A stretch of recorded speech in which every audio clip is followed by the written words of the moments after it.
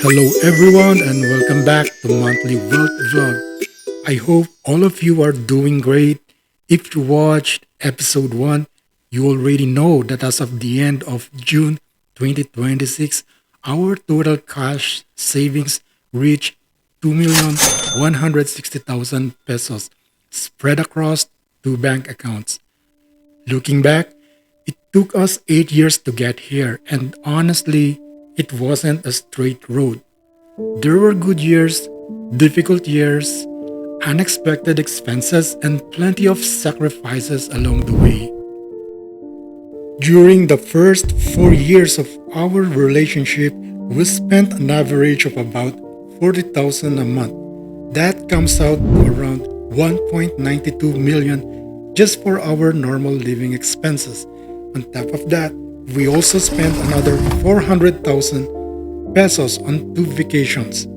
Then, during the next 4 years, our monthly expenses went up to around 65,000 pesos. That added another 3.12 million in living expenses, plus another 400,000 for two more vacations. So, if we add everything up, we spent roughly 5.04 million pesos over the last 8 years. That's a pretty big number, but that's the reality of raising a family while working overseas. Most of our money went to the things that really mattered. We supported our two sons, one in college and one in senior high school. We helped my partner's parents every month. We also supported my own mother. We paid our SSS contributions and we covered our internet, streaming services, other subscriptions, and other monthly bills. And of course, whenever medical expenses came up, those become part of our budget too. Even after all of that, we still managed to save 2.16 million at the end of June 2026. Now let's talk about income. When my partner and I first got together 8 years ago, our combined salary was around 36,000 pesos every 2 weeks. Fast forward to today, our combined income every 14 days is now 76,766 pesos. That's made up of 52,308.30 pesos from my salary and 24,497 pesos from my partner's salary. A quick note for transparency. Part of my salary is deposited directly into my bank account every payday. The remaining 10,126.30 is paid separately in cash. Instead of collecting it every payday, I usually leave it with my employer and receive it at the end of the year. Sometimes I withdraw part of it whenever I need extra cash. So whenever I show my salary here on this channel, I'm only referring to the money that's deposited into my bank account. As of today, I still have 70,884.10 in uncollected salary from under the table. Now here's the question we get asked the most. How did we save our first million? And later, how did we reach our second million? These are the habits that worked for us. Not because they're perfect, but because they fit our situation. Number one, we kept a healthy gap between our income and our expenses. Every month, we spend about 65,000 pesos. At the same time, we are able to send around 120,000 pesos to our savings account in the Philippines. In other words, we spend about 54% and save the remaining 46%.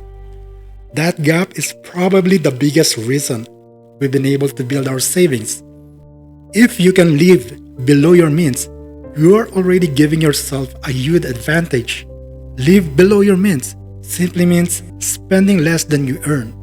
Number two, we stayed away from debt. We chose not to take personal loans. We avoided unnecessary borrowings whenever possible.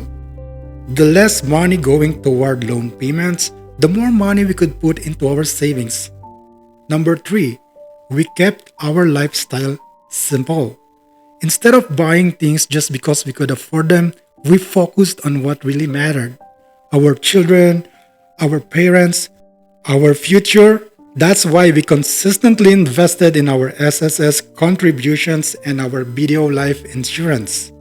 Number 4, we don't chase expensive brands. For example, instead of buying an 18,000 pesos Seiko watch, I happily wear my 450 SKMEI watch. It tells me the time just as well. My partner does the same. Instead of buying expensive brand new designer bags, she prefers quality second-hand bags. For us, it's not about impressing other people. It's about making smart financial decisions. Number 5, we squeeze every year we can out of our gadgets. My partner has been using her iPhone 11 Pro Max for the past 5 years. I only replaced my own phone after my previous one finally gave up after 6 years. We don't upgrade just because a new model comes out. We upgrade only when we really need to. If it ain't broke, don't fix it. That means if something is still working well, there's no need to replace it. Number 6. One blessing we're really thankful for is our meal allowance. Our employer provides our lunch and dinner. That means we only pay for the breakfast. It may sound like a small thing, but over several years, it has saved us a significant amount of money. Sometimes, it's the little things that make the biggest difference. Number 7, our salaries gradually increased over the years. This is probably one of the biggest reasons we reached both our first and second million pesos. Higher income doesn't automatically create wealth. But if you keep your spending under control, salary increases can really accelerate your savings. Number 8, I always look for ways to earn extra income.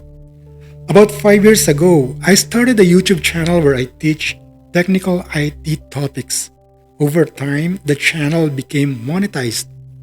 Today, it earns around 3,000 to 5,000 every month.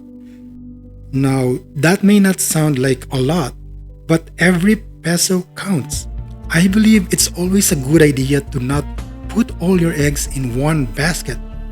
Don't put all your eggs in one basket. It means don't depend on just one source of income. If you can build multiple income streams over time, your financial future becomes much more stable. And number 9, finally, we were blessed that during our 8th year together, we didn't experience any major medical emergencies.